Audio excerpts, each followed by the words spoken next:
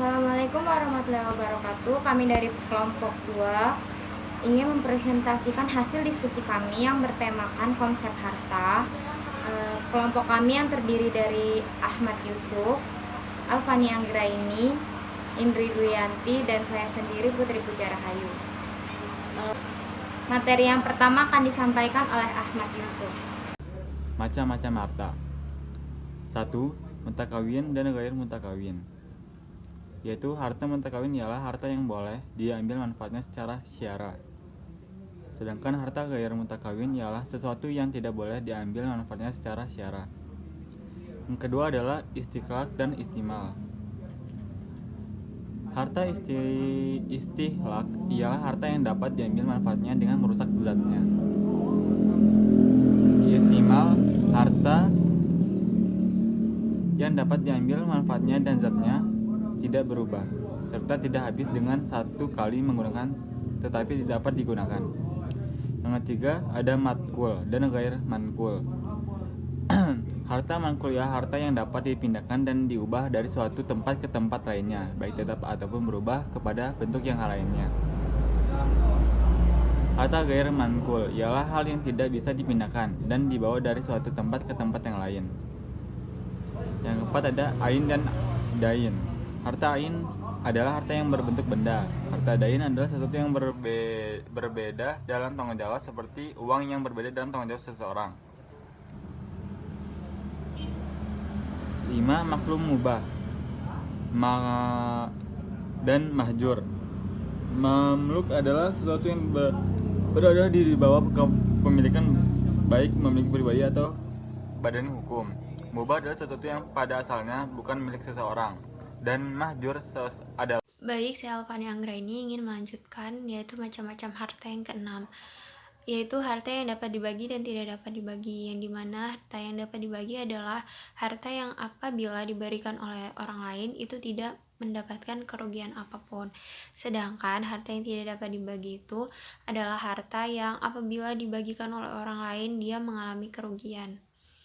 Yang ketujuh adalah harta pokok dan harta hasil, di mana harta pokok adalah menyebabkan adanya harta yang lain, sedangkan harta hasil adalah harta yang terjadi dari harta lain. Adapun yang ke-8 adalah harta khas dan am. Harta khas adalah harta pribadi yang tidak bersekutu dengan yang lain. Dan harta am adalah harta milik umum atau bersama, semua orang boleh mengambil manfaatnya sesuai dengan ketetapannya. Kemudian ada kedudukan harta. Yang pertama yaitu harta bukanlah hak mutlak milik manusia, di mana harta adalah titipan dari Allah Subhanahu wa taala. Yang kedua, harta adalah amanah, di mana harta yang kita punya adalah titipan yang harus benar-benar dijaga dari Allah Subhanahu wa taala. Adapun yang ketiga adalah harta adalah ujian keimanan, di mana setiap orang tuh kadang suka lalai kalau punya banyak harta. Makanya kenapa disebut ujian ya karena itu, gimana kita mampu mengelola harta dengan sebaik-baiknya. Selanjutnya adalah kedudukan harta. Yang keempat, harta sebagai perhiasan hidup. Harta itu sifat dan nilainya memang begitu indah, namun jangan sampai terlena sehingga melupakan kewajiban terhadap Allah. Yang kelima, harta sebagai bekal ibadah. Sudah sepantasnya manusia menggunakan apa yang mereka miliki sebagai saran untuk beribadah.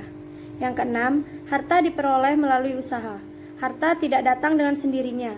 Untuk memperolehnya diwajibkan dengan usaha yang halal, sehingga harta akan menjadi berkah. Yang ketujuh, mencari harta hingga melupakan mati. Harta itu tidak abadi. Jangan sekalipun mencari harta hingga melupakan bahwa kapanpun kita bisa dipanggil oleh Allah Subhanahu wa ta'ala, sang pemilik kehidupan. Yang kedelapan, tidak boleh memperoleh harta dari jalan haram. Harta memang penting dalam kehidupan dunia, namun bukan berarti untuk memperolehnya bisa menggunakan segala cara. Tetap harus dengan cara yang diridhoi oleh Allah Subhanahu wa ta'ala. Yang kesembilan, harta tidak digunakan secara berlebihan. Islam adalah agama yang sederhana.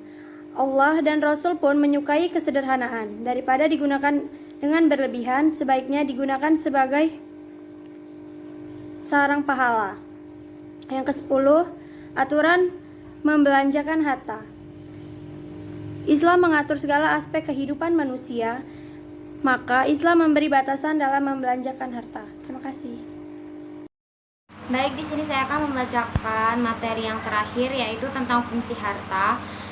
Fungsi harta itu dibagi menjadi 7. Yang pertama itu untuk menyempurnakan pelaksanaan ibadah yang khas atau mudah, sebab untuk ibadah memerlukan alat-alat seperti kain untuk menutup aurat dalam pelaksanaan sholat, bekal untuk melaksanakan ibadah haji, berzakat, sedekah, hibah, dan yang lainnya. Yang kedua, untuk meningkatkan keimanan, ketakwaan kepada Allah. Yang ketiga, untuk menyelaraskan, menyeimbangkan antara kehidupan dunia dan akhirat.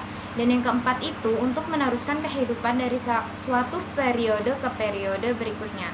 Yang kelima, untuk mengembangkan dan menegakkan ilmu-ilmu, karena menurut ilmu tanpa modal akan terasa sulit, seperti seorang tidak bisa kuliah di perguruan tinggi bila ia tidak memiliki biaya. Yang keenam, untuk menentukan mentasuf peran-peran kehidupan yang adanya pembantu dan tuan, adanya orang kaya dan orang miskin, sehingga antara pihak saling membutuhkan. Karena itu tersusunlah masyarakat yang harmonis dan berkecukupan. Yang terakhir itu untuk menumbuhkan silaturahim, karena adanya perbedaan dan keperluan sehingga terjadi interaksi dan komunikasi silaturahim dalam rangka saling mencukupi kebutuhan. Dan kesimpulan dari makalah kami yaitu harta merupakan sebuah titipan dari Allah Subhanahu wa taala yang harus dijaga dengan sebaik-baiknya. Karena harta merupakan sebuah amanah yang harus kita jaga dengan sedemikian rupa. Dan kita sebagai subjek yang diberi amanah harus pintar-pintar mengelola harta tersebut dengan cara bersedekah kepada orang yang benar-benar membutuhkan sebagai ungkapan rasa syukur atas apa yang sudah Allah berikan. Dan jangan pernah sombong jika memiliki harta banyak, karena Allah Subhanahu wa taala sangat membenci orang-orang yang sombong. Sekian presentasi dari kami akhiri. Wassalamualaikum warahmatullahi wabarakatuh.